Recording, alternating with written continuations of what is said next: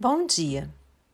Nosso trabalho de Psicologia Social e Práticas Integrativas 1, ministrados pela professora Berenice Bonzani, será apresentado pelos alunos Elaine Maia, Elaine Miron, Lucas Henrique, Luciana de Oliveira, Maria Eduarda Mesadri e Raquel Scuti.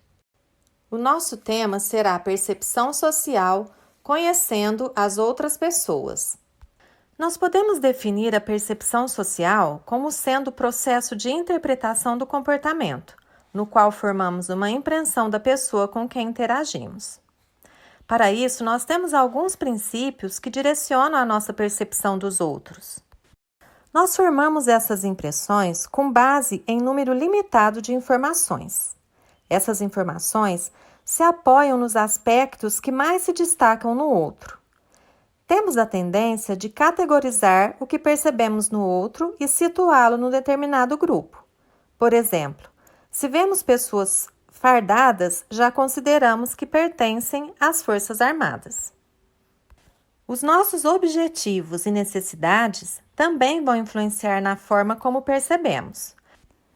Eu presto mais atenção em alguém que será meu aluno do que em alguém que verei apenas uma vez.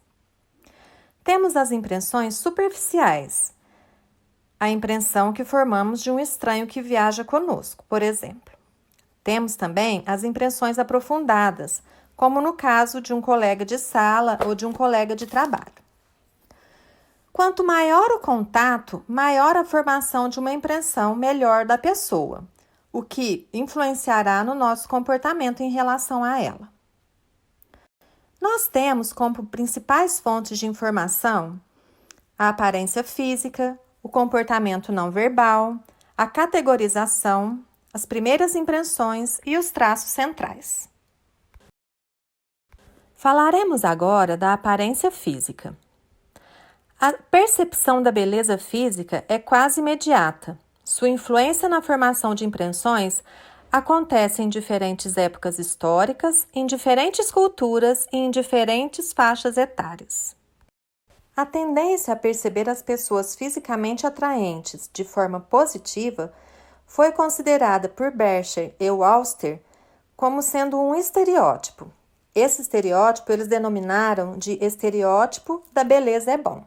Segundo esses autores, embora exista uma tendência a atribuirmos aspectos positivos em função da beleza física, essas tendências não são tão fortes quanto inicialmente indicadas. O efeito do estereótipo beleza é bom mostrou-se mais forte quanto à inferência de habilidades sociais e menos acentuada no que concerne a ajustamentos, inteligências e preocupações com os outros. Os autores concluíram que o efeito positivo de ser atraente fisicamente na impressão que fazemos da pessoa é robusto e universal. Aspectos negativos associados à beleza física também foram encontrados, só que com menor frequência.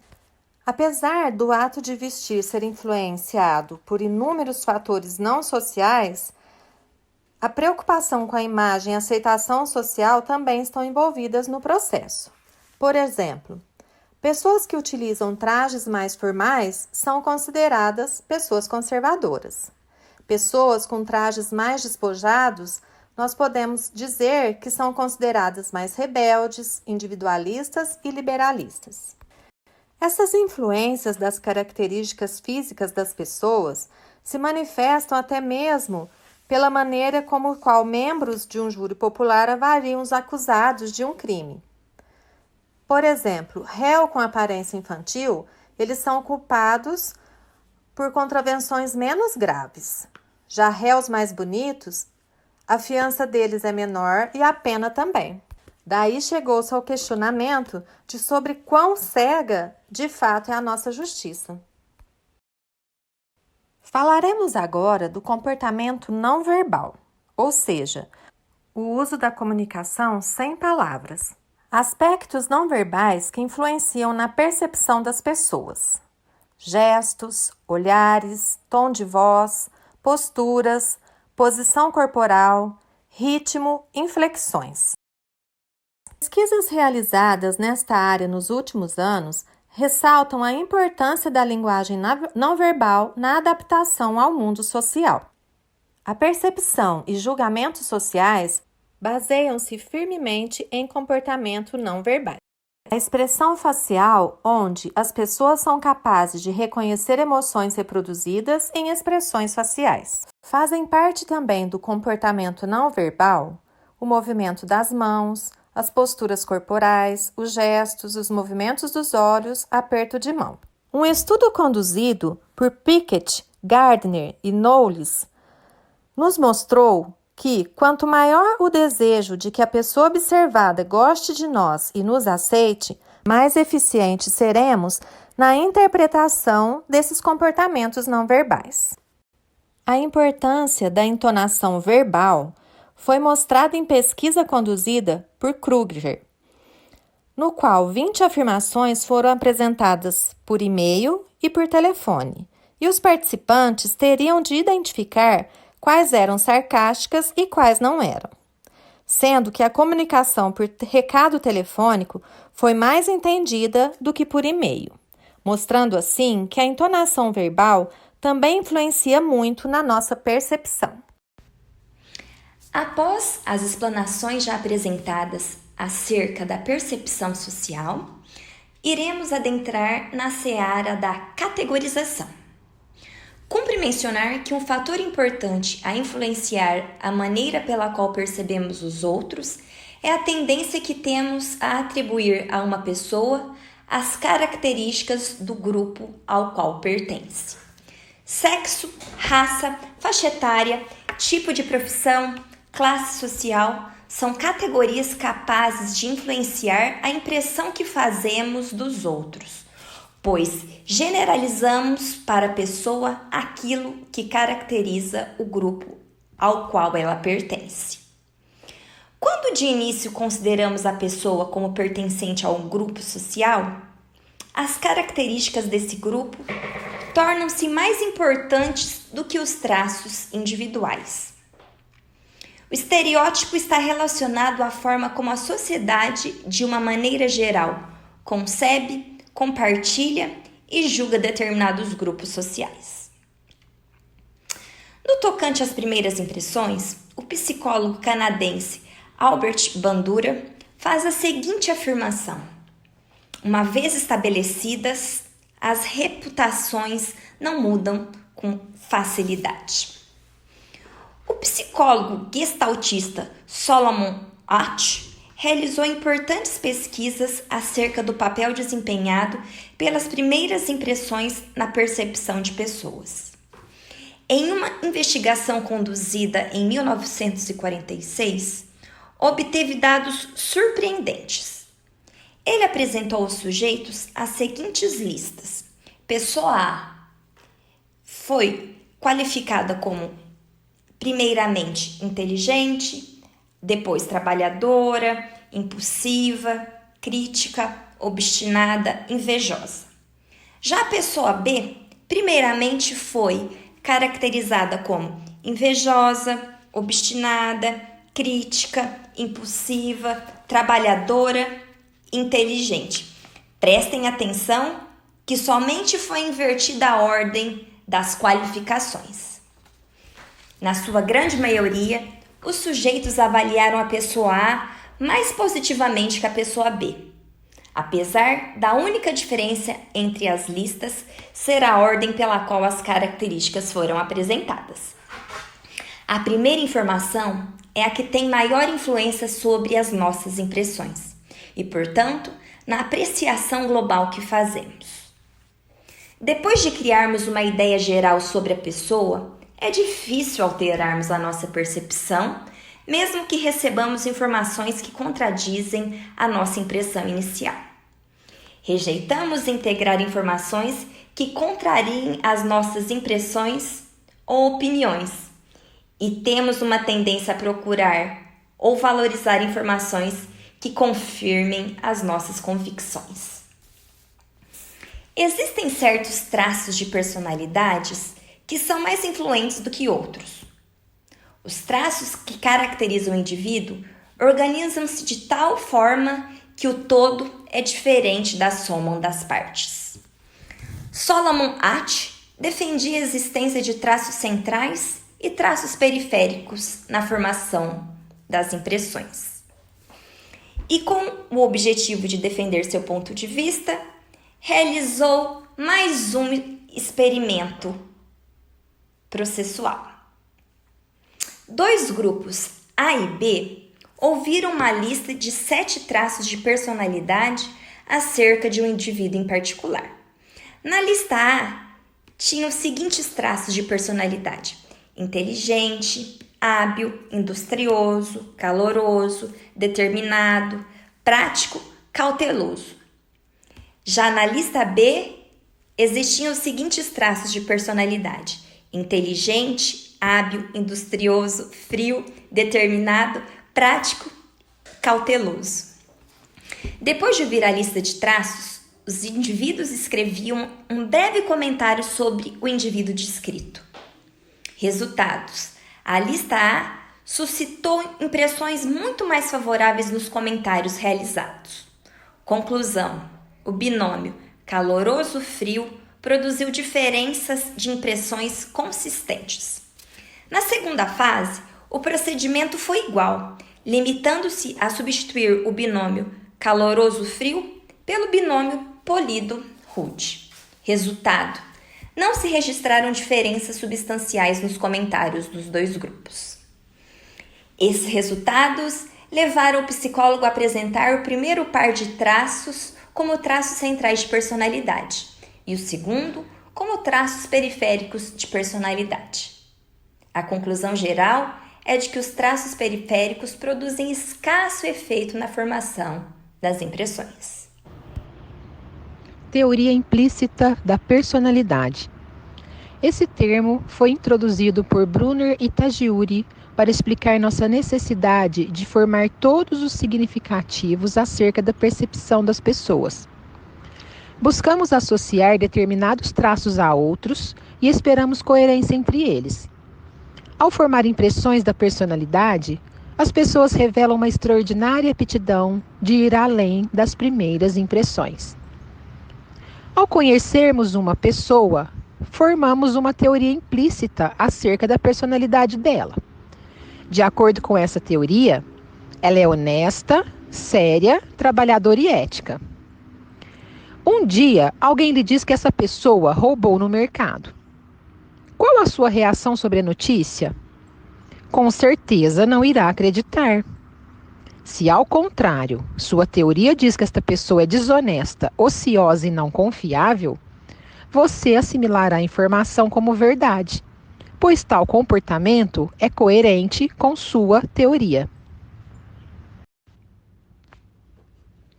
Dizemos ser implícita essa teoria porque ela está contida em todos nós e a usamos quando nos relacionamos com alguém. Essa teoria surge também como óbvia para que a utilizemos. Exemplo: é óbvio que o indivíduo frio e calculista também seja desagradável e antipático. A teoria é muito resistente a mudanças. As reputações, uma vez estabelecidas, não mudam com facilidade. Ela também é muito prática, pois nos serve de guia para nos orientar quanto aos comportamentos em relação a outra pessoa. As teorias implícitas de personalidade que formamos acerca dos outros constituem um esquema social, que nada mais é que uma estrutura mental que representa algum aspecto do mundo, e somos fortemente influenciados por ele. Ao sermos apresentados a alguém, ativamos imediatamente os esquemas relativos à profissão, gênero, grupo étnico e etc. Na impressão que formamos dessa pessoa, nos deparamos aqui com os estereótipos acerca de grupos ou de seus representantes que constituem a base cognitiva da atitude de preconceito. Eles confirmam a tendência que temos de categorizar as coisas e de recorrer a tais categorizações em nossos julgamentos de decisões. Por exemplo, dizer que todo político é corrupto ou que toda mulher bonita é burra. Ao interagirmos com outras pessoas, buscamos as causas de seus comportamentos. Por exemplo, será que um gesto amistoso da outra pessoa em relação a nós foi causado por verdadeira amizade ou por bajulação? Um pobre que nos pede esmola, o faz por necessidade absoluta ou por não querer trabalhar? Um rapaz vê seu convite para jantar rejeitado por uma moça, porque ela o considera sem atrativos? Ou porque naquele dia ela tem um compromisso inadiável? Nós estamos constantemente fazendo atribuições de causalidade para o comportamento das pessoas. E conforme as causas atribuídas, experimentamos emoções e nos comportamos distintamente. Mas por que temos necessidade de atribuir causas aos fenômenos que ocorrem conosco ou que observamos? Porque desejamos conhecer as fontes de nossas experiências, saber de onde vêm e como surgem, e assim satisfazer a nossa necessidade de vivermos num mundo relativamente estável e previsível. Buscamos as invariâncias, ou seja, a constância nos objetos e nas pessoas. Procuramos explicações possíveis e, se não encontramos, sentimos-nos curiosos e inseguros. Segundo Heidegger, nossas ações podem derivar de causalidade pessoal ou impessoal. Se percebemos uma ação como derivando de forças pessoais, estamos fazendo uma atribuição de causalidade pessoal, isto é, vemos aquela ação como proveniente de algo interno à pessoa. Pensamos, a pessoa é assim mesmo, logo, suas causas são estáveis. Mas se atribuímos a ação a forças externas à pessoa, isto é, a forças sobre as quais não se tem controle, estamos fazendo uma atribuição de causalidade impessoal, como, por exemplo, uma ação que provém de forças ambientais, como, por exemplo, a pessoa agiu desta forma porque o outro fez algo que a irritou. Estas são causas instáveis, pois podem variar dependendo do ambiente, ou mesmo quando localizadas na pessoa, como uma doença mental, por exemplo, que é algo sobre o qual ela não exerce controle. Há diferença quando explicamos o nosso próprio comportamento e quando estamos explicando o de outras pessoas. Quando julgamos as ações de outrem, tendemos a descartar possíveis fatores externos capazes de produzir o comportamento observado e focalizamos apenas as disposições internas da pessoa que as emitiu, como se fosse uma característica dessa pessoa, não considerando em que situação ela agiu de determinada forma. Isso é chamado de erro fundamental de atribuição. Então, se uma pessoa faz algo de errado, a culpa é dela, baseado em fatores internos. Mas quando temos que justificar um erro nosso, a culpa é sempre de algum fator externo que nos atrapalhou. Assim, somos influenciados pela tendenciosidade autosservidora, que consiste numa tendência de fazer atribuições que nos protejam e que nos beneficiem. Quando fazemos algo errado, a culpa é de algum fator externo, e quando temos êxito, foi apenas por fatores internos. Entretanto, quando há interesses a serem levados em conta, eles se sobrepõem a essas tendências. Jones e Davis especificam 3 fatores como particularmente importantes na atribuição que fazemos acerca de um comportamento observado. Para eles, quando o ato é consequência de escolha livre, pouco desejável socialmente, e se caracteriza por ter efeito não comum a várias causas, tal ato é atribuído a uma disposição interna, ou seja, de casualidade pessoal. Por exemplo, um convidado que ao final de uma festa diz a seu anfitrião: "Veja se na próxima vez organiza uma festa melhor. Esta foi horrível." Esse comentário será interpretado como expressando uma disposição interna deste convidado, pois decorre de uma livre escolha, vai contra as normas de etiqueta social e é típico de uma única causa, o fato de não ter gostado da festa. Então, poderíamos atribuir este ato a uma causalidade pessoal. Para entendermos melhor, usemos outro exemplo de comportamento de um outro convidado, que diz: "Muito obrigado por ter me convidado. Sua festa estava ótima."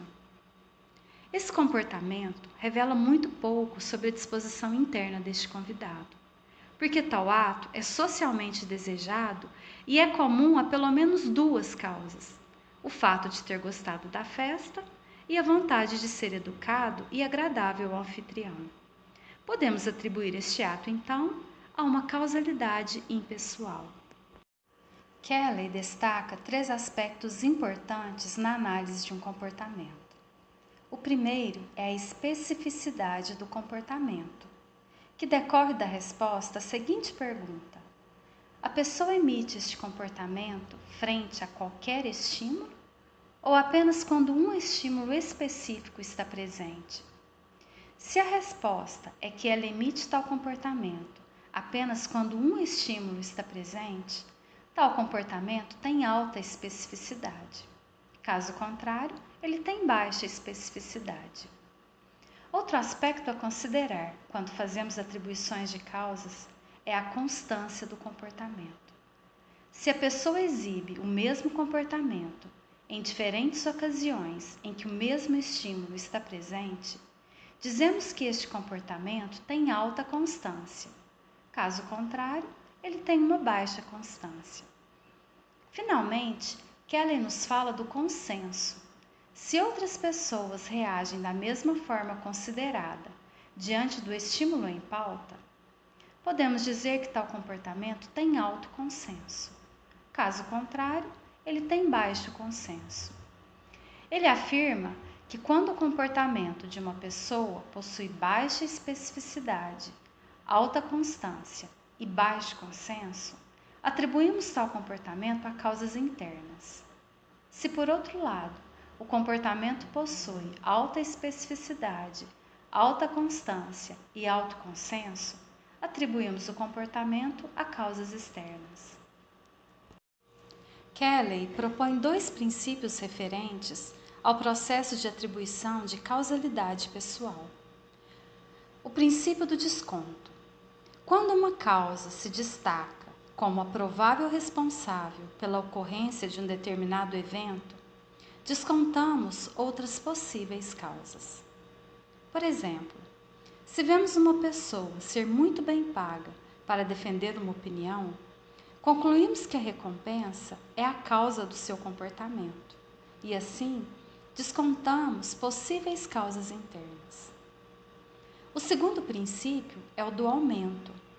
Quando uma pessoa enfrenta custos, dificuldades, obstáculos, a fim de emitir um determinado comportamento, nossa atribuição tende a ser no sentido de que a causa de tal comportamento está na pessoa.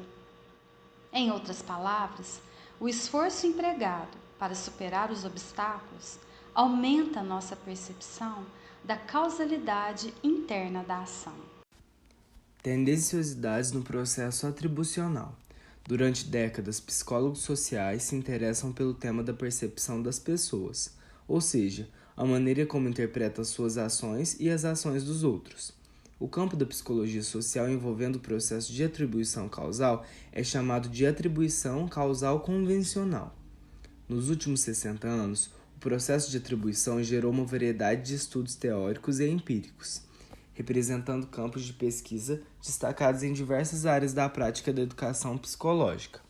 Historicamente, a teoria da atribuição surgiu com o trabalho de Fritz, que dizia que as pessoas têm motivação para descobrir a causa dos acontecimentos e entender seu ambiente, e ressaltar também que nossa relação com o meio ambiente afeta nosso comportamento no dia a dia.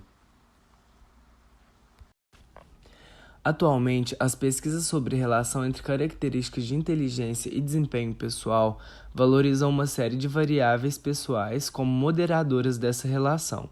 Esses estudos incluem um conjunto de variáveis como expectativas de fonte de controle, frustração de aprendizagem, autoeficácia e atribuição causal, chamadas de conjunto de variáveis e motivação social cognitiva. A pesquisa sobre a contribuição das variáveis motivacionais cognitivas sociais para a aprendizagem e a cognição destaca sua importância no desempenho escolar. Essas duas polaridades opostas de carga emocional e motivacional podem explicar o nível de aproveitamento dos alunos. O objetivo desses níveis é a proficiência ou fracasso. Há uma diferença clara na persistência e na participação nas tarefas de aprendizagem. A teoria atribucional de Weiner. A teoria da atribuição representa uma importante corrente de estudo da motivação. Ao estudar as relações entre esta e as atribuições causais, da mesma forma, subside discussões sobre o autoconceito e autoestima, de onde deriva sua importância para a esfera da educação. Segundo essa teoria, os alunos têm suas ações influenciadas por suas explicações causais e expectativas, gerando, em muitos casos, sucesso ou fracasso. Se, por exemplo, diante de uma disciplina, o aluno considerar que sua aprovação dependerá apenas do que fizer, sua forma de agir será consideravelmente diferente do que se considerar que o professor o persegue e tudo fará reprová-lo. Weiner acredita ainda que falsas expectativas do professor o levam a ter comportamentos que influem no desempenho futuro do aluno. Nos coloca que, quando avaliamos os comportamentos dos outros, damos mais importância ao esforço do que à habilidade. No caso de determinar punição ou recompensa, se, em caso de sucesso, atribui-se sua causa, esforço, recompensa-se mais o indivíduo do que se o sucesso for atribuído à habilidade. Já no fracasso, pune-se mais se for atribuído à falta de esforço do que à falta de habilidade. Precisão da impressão que formamos dos outros. As impressões de personalidade de um alvo são formadas de forma quase imediata. E Aches, psicólogo, no seu estudo de formações de impressão, concluiu que a impressão formada acerca de uma pessoa constitui uma concepção organizada e íntegra da sua personalidade. Por outro lado, o autor verificou a existência de diversos efeitos, entre os quais se destaca o efeito de primazia, que ao longo dos anos sofreu diversas explicações. Assim, o presente estudo pretende verificar se o efeito poderá ser um reflexo da organização dos traços e de personalidade na memória dos sujeitos. No mundo em que vivemos, onde as relações interpessoais constituem importantes componentes daquilo que somos, é inegável a relevância que as percepções e as impressões formadas assumem na vida das pessoas. De fato, e de acordo com Milton, as nossas percepções sobre as outras pessoas constituem importantes elementos da nossa adaptação ao mundo social, uma vez que a interação eficaz requer que sejamos capazes de perceber e antecipar como os outros irão provavelmente agir, às suas motivações e aos seus objetivos. Efetivamente, de acordo com Fiske, a percepção social reflete pressões evolutivas na medida em que, ao encontrar uma pessoa, os indivíduos têm que determinar quase de forma imediata se o outro é amigo ou se é inimigo, tentando compreender, numa primeira fase, as suas intenções e, numa segunda, a capacidade para agir de acordo com essas intenções. Quando olhamos para uma pessoa, formamos, de uma forma quase imediata, uma certa impressão do seu caráter. Deste modo, através das nossas interações, começamos a formação de uma concepção da sua personalidade. De acordo com Brom, o processo normalmente formado de formações e impressões, por vezes denominado de percepção de pessoas, baseia-se na informação adquirida sobre os outros, envolvendo assim a aquisição e utilização dessa informação. Efetivamente, a impressão formada acerca de uma pessoa é composta por uma recolha heterogênea de elementos, como seus comportamentos, os seus gostos e interesses, e a caracterização dos seus traços gerais e capacidades. De acordo com um grupo de autores, cada item discriminável dos outros denomina-se um elemento cognitivo. Assim, uma impressão é feita a partir dos elementos cognitivos pertencentes à pessoa no momento em que as respostas baseadas na impressão são realizadas.